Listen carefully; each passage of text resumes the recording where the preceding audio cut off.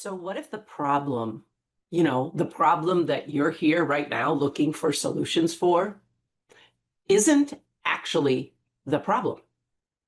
This morning I was remembering a quote or something like a quote that I first learned like 30 years ago before I even started my business and this journey of learning and discovering how we as human beings can experience the abundance that we're meant to experience so that we and all of life can prosper.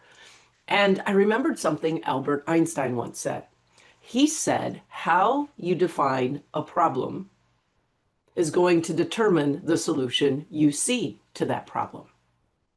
Now, for a lot of my life and for most of the people in my world, the problem they're seeing, the definition they're giving to the problem they have is that they don't have enough of something. Now, it's common, don't have enough money, or it maybe don't have enough time, or don't have enough energy, or haven't done enough, haven't achieved enough, haven't gotten enough degrees or certifications. But they're always seeing that the problem that they need to fix or solve is somehow defined as not enough.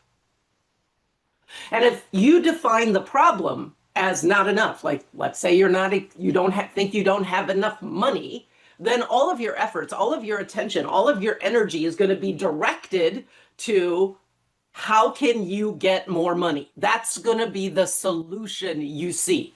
So you may work harder, you may do more, you may get a second job, whatever it is. If you see the problem is, I don't have enough time, then all of your efforts are going to be, how can I manage my time better? How can I have better boundaries? How can I be more efficient in what I'm doing?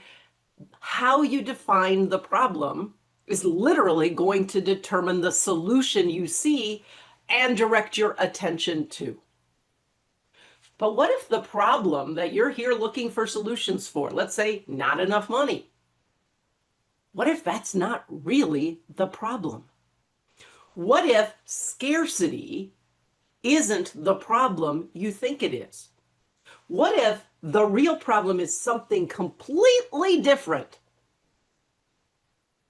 I know, it gets you thinking, doesn't it? A little head tilt there. Well, if that's not the problem, now you start to go, well, then what is? And the moment you do that, you're much more open to maybe seeing more possibilities, more options, new ways of looking at things. That's what I'm really good at. That's why all my clients say I give them head tilts, right?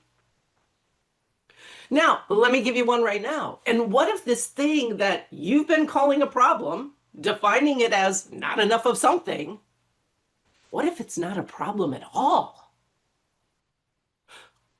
What if it's actually an invitation to something new, to something better, to something you haven't seen or known was possible before? What if this thing you've called a problem that you're looking for solutions for, this problem of scarcity, in whatever way it's showing up in your life, is actually a catalyst for something new and better than what you're experiencing now and what you think could be possible? What if we stop defining what you're experiencing as a problem at all? And you see it as a gift, an invitation, a catalyst for growth.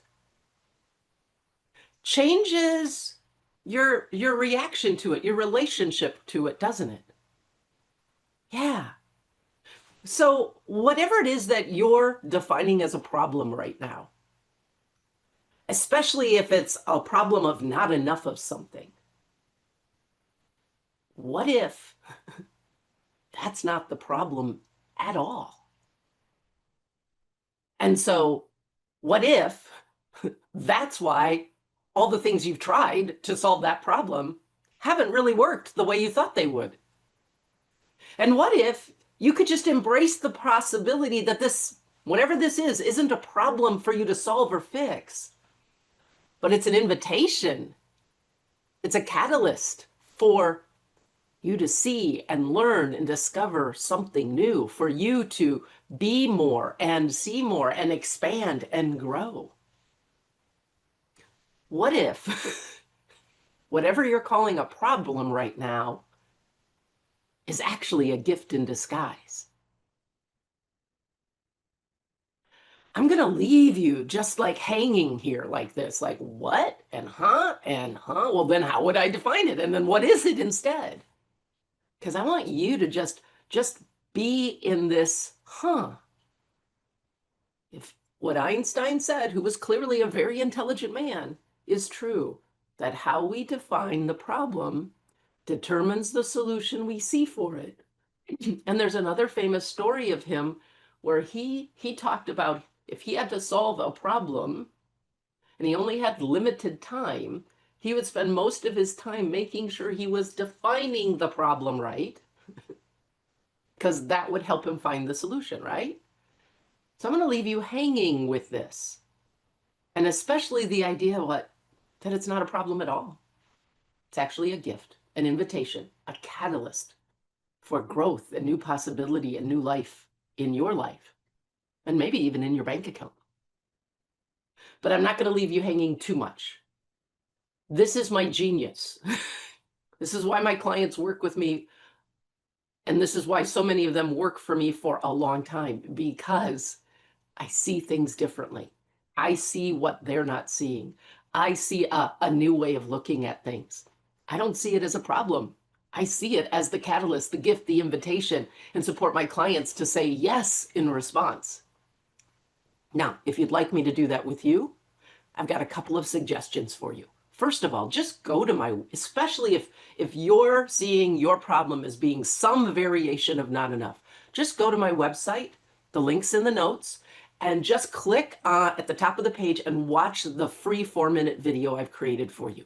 That's already going to begin to help you start to see things differently. And then if you want, you can opt in to watch a few more videos I've created that will dive into, maybe I've been defining the problem as scarcity, and that's not the problem at all. Like, it will answer that question.